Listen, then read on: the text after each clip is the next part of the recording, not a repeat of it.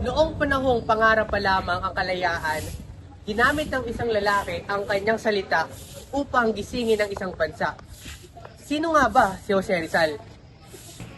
Si Jose Protasio Rizal, Mercado Y. Alonzo Yolanda, isang pangalan na hindi mawawala sa kasaysayan ng Pilipinas.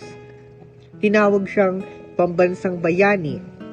Ngunit ano nga ba ang naging daan para siya'y makilala bilang isa sa pinakamahalagang tao sa ating kasaysayan?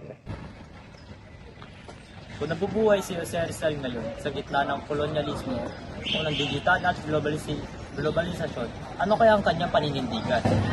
Sa presentasyon ito, tatalakayin natin ang mga pangunahing ideya mula sa kanyang mga nobela, ang Nolimitang Hiring at El Filibusterismo, na nagpapakita ng kritikal na pagsusuri sa kolonyal na pamahalaan, korupsyon at pang-aabuso sa kapangyarihan.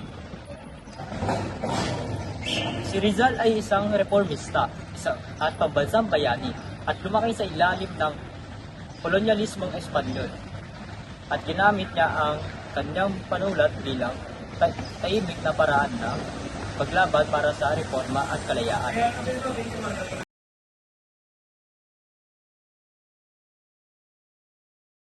Ang buong pangalan ni Dr. Jose Rizal ay Jose Protasio Rizal Mercado y Alonzo Reyalonda. Ipinanganak siya noong Hunyo 19, 1861 sa bayan ng Calamba, Laguna. Bininyagan sa Katolikong Simbahan noong Hunyo 22, 1861 ni Padre Rufino Calantes. Kanyang ikalawang pangalan naman ay Protasio. Ibinatay kay San Protasio dahil ipinanganak si Rizal sa mismong pista ng santo. Ang Batang Rizal. Sa edad na 8, naisulat ni Rizal ang una niyang ulat na isang komedyang Tagalog.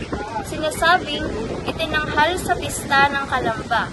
Isa sa nakapanood at ng pagtatanghal ay ang Gobernar Dorsillo ng Padre, at nagustuhan niya ito at binili kay Rizal ang manuskripto sa halagang 2 piso.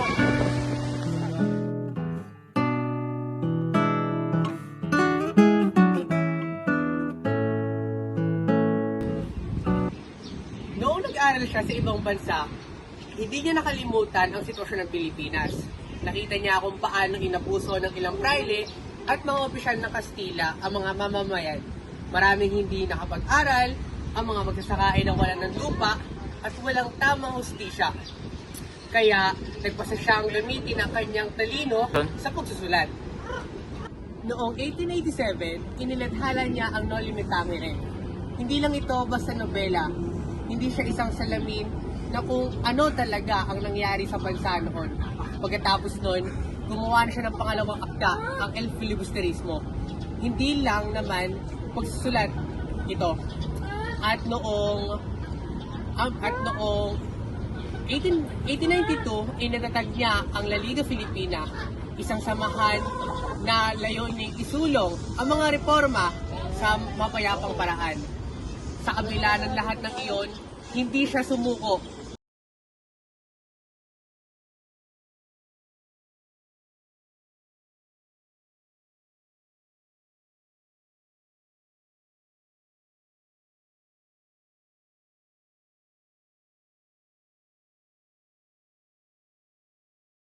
Kanyang mga akda at ideya, naging banta si Rizal sa mga Kastila.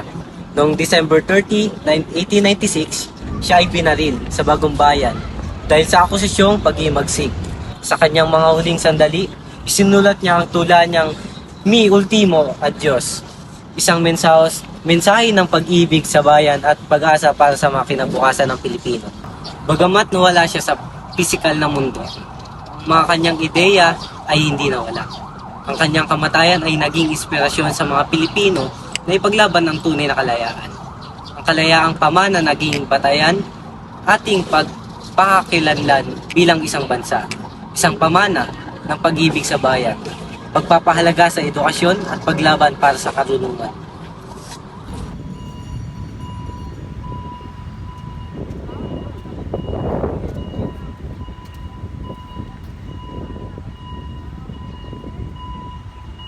Ang mga akda ni Rizal ay hindi lamang mga kwento. Ito yung mga sandata laban sa kawalan ng katarungan. Ang Noli Me Tangere ay nagbukas ng mga mata ng mga Pilipino sa mga problema ng lipunan noong panahon ng mga Kastila. Samantala, ang filibusterismo ay nagpapakita ng mas matinding pagtutol sa kolonyal na sistema. Pinakita nito na ang reforma ay hindi sapat at kailangan ng malaking pagbabago para makamit ang tunay na kalayaan. Bukod sa mga nobela, sumulat din si Rizal ng mga tula tulad ng Sa Aking Mga Kabataan na nagtuturo ng pagmamahal sa sariling wika at bayan at mga kasaysayan na naglalaman ng kanyang mga ideya tungkol sa edukasyon at lipunan.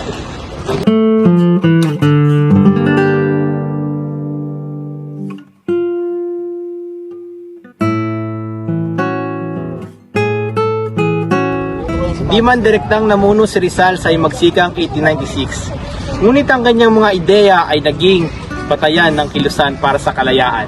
Ang kanyang mga akda ay nagpasigaw ng pagbabago at nagbigay lakas ng loob sa mga Pilipino na labanan ng mga mananakop.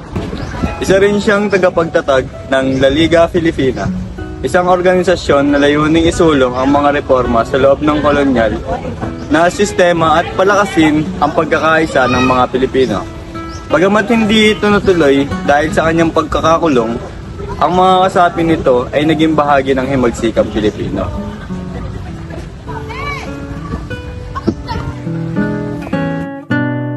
Si Jose Rizal ay mahalaga pa rin sa modernong panahon dahil ang kanyang mga aral ay konektado pa rin sa buhay ng mga Pilipino ngayon.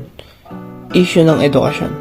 Naniniwala si Rizal na ang edukasyon ang susi sa pag-unlad ng tao at ng bansa. Hanggang ngayon, mahalaga pa rin ang pag-aaral upang magkaroon ng magandang kinabukasan at makatulong sa lipunan. Nasyonalismo. Ipinakita ni Rizal ang pagmamahal sa bayan sa pamamagitan ng kanyang mga akda at mapayapang paglaban. Tinuruan niya tayo na mahalin ang ating bansa, wika at kultura. Karapatan. Ipinaglaban niya ang karapatan at kalayaan ng mga Pilipino laban sa pang-aapi. Hanggang ngayon, mahalaga pa rin ang paggalang sa karapatang pantao at pagkakapantay-pantay. Mahalaga si Rizal sa panahon ngayon dahil inspirasyon siya ng mga Pilipino, lalo na sa kabataan. Ipinapakita niya na sa pamamagitan ng talino, tapang at pagmamahal sa bayan, makakatulong tayo sa pag-unlad ng ating bansa. Hindi kailangan tayo maging katulad niya sa lahat ng aspeto, ngunit maaari tayong matuto mula sa kanyang mga halimbawa. Maaari tayong maging makabayan sa sarili nating paraan, mag-aral na mabuti para sa bayan at ipaglaban ang katarungan para sa lahat.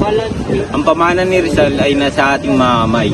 Tanging tayo lang ang makapagpasigla at panatilihing buhay ang kanyang mga ideya sa susunod na henerasyon. Sa uli, si Jose Rizal ay hindi lamang isang bayani na nasa kasaysayan. Siya ay isang guro, inspirasyon at kaibigan ng bawat Pilipino. Ang kanyang buhay, mga akda at kontribusyon sa kalayaan ay patuloy na nagbibigay lakas loob sa atin na harapin ang mga hamon ng kasalukuyan at paghandaan ng kinabukasan.